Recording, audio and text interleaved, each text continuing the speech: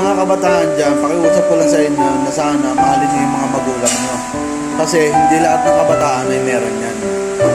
Mababad ka sa cellphone dyan 24 hours eh, kahit naman sinong magulang eh, magagalit eh.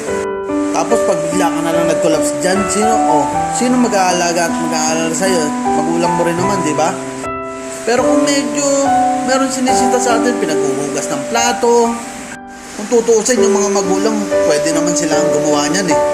Magligpit ng kama nyo, magwales, magmap. Pwedeng gawin ng mga magulang yan, di ba?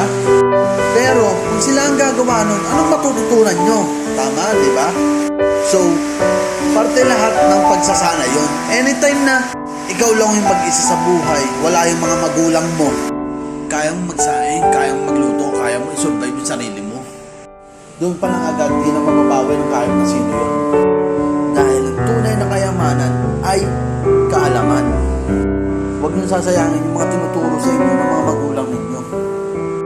Para sa akin, ginto yun.